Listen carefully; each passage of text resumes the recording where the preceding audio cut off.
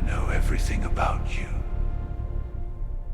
We are a civilization that has long surpassed the limits of your imagination. Yet it is you we address, because we see everything. Today, another chapter about you. It won't be pleasant, but it will be honest. We are outsiders, and we've noticed something. You love repeating the same motions, day after day, week after week, lifetime after lifetime. You call them traditions. We call them a cult of pointless rituals. A strip of fabric around your neck, a hot liquid in a paper cup. A single day of the week you worship like a god. You think these are just small details, but it's exactly these details that make up your cult of emptiness. We have seen civilizations whose rituals connected generations and bound the living to the dead. We have seen worlds where ceremonies were bridges to the stars. Your rituals, however, do not serve meaning.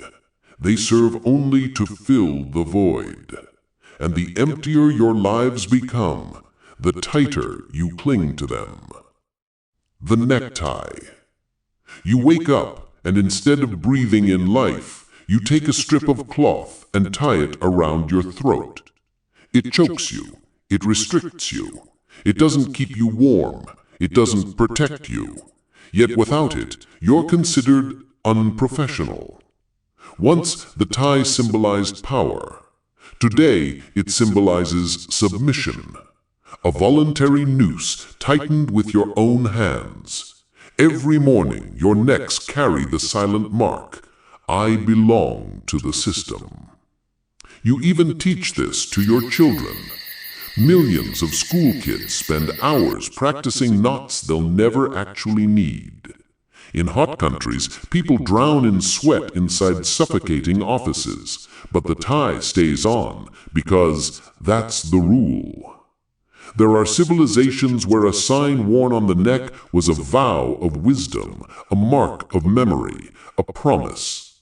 Yours has become nothing more than a daily reminder that freedom is just a word. A tie doesn't make you serious, it makes you identical. The knots on your throats are the marks of a system that has owned you for centuries. Coffee. Your day doesn't start with waking up. It starts with a pilgrimage to the temple you call a coffee shop. A line of worshippers, a barista priest, a paper cup held like a sacred talisman, even if you don't plan to drink it. You call it energy, but coffee stopped being a drink long ago. It's the universal password of your civilization. We've seen you posting photos of coffee as proof that you exist. We've seen teenagers who feel adult for the first time only when they hold a latte. We've seen offices where work doesn't count as having begun until the group ritual of espresso consumption. Your hearts race, your nerves fray, your nights vanish, but you still call it coffee culture. Here's a scene we've witnessed many times. A person clutches their 8th cup of the day. Their heart pounds like a war drum, but their eyes are empty. No energy, only ritual.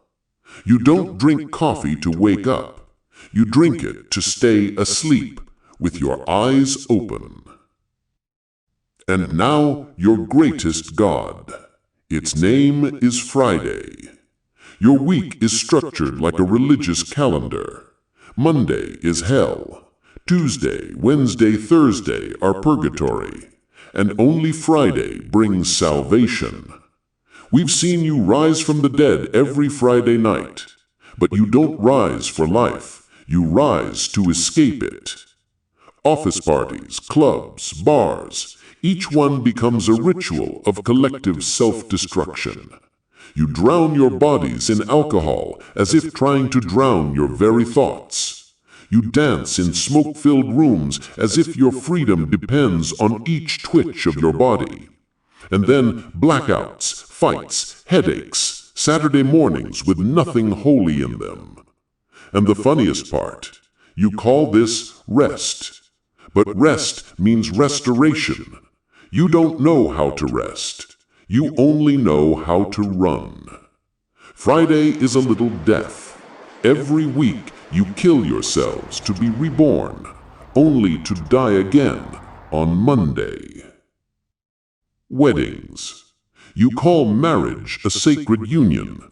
In reality, it's a show where the dress and the photographs matter more than the vow. We've seen you spend months of wages on a single day, dresses that cost more than years of living, cakes stacked taller than many of your homes.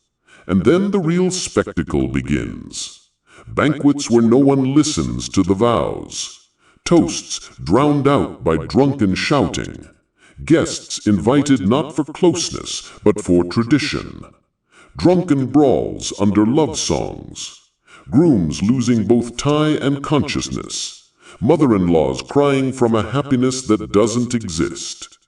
All this for unions that often collapse into divorce a few years later. On other worlds, marriage was a vow that lasted generations. Yours has become a photo shoot and a restaurant bill. Your weddings are not the start of new lives. They are expensive theater, most often ending with an empty hall.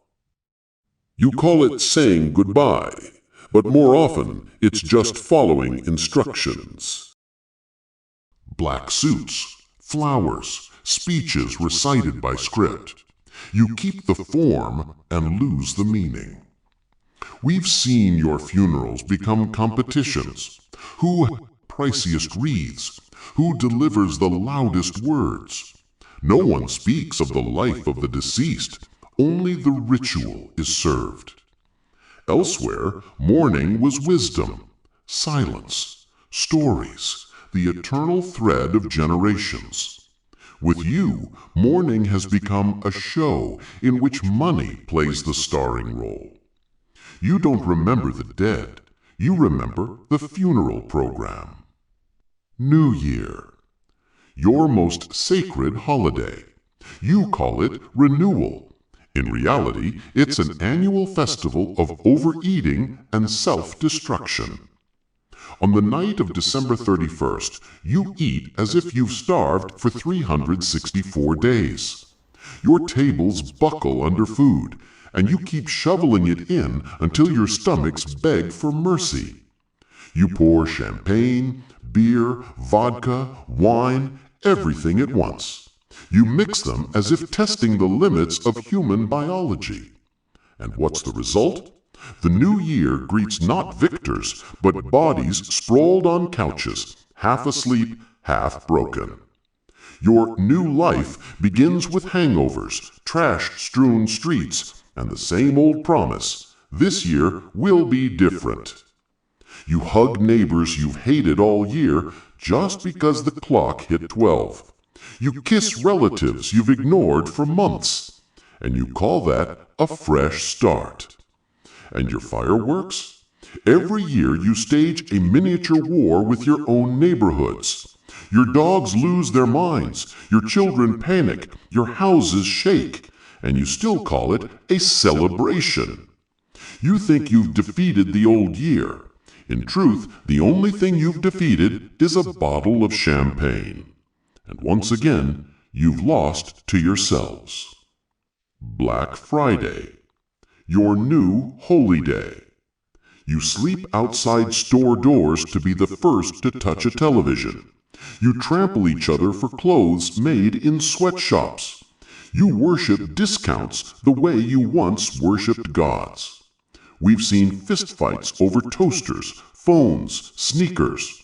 We've seen crowds morph into stampedes, crushing each other for a few percentage points off. You have built a religion of consumption, and your new gods are not Jesus or Buddha.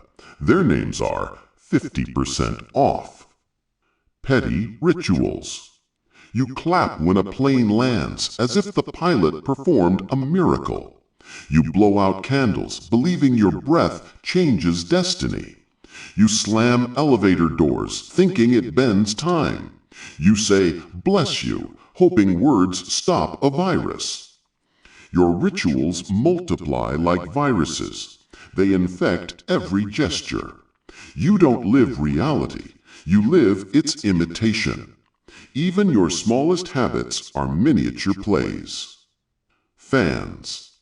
Even your entertainment has become a cult.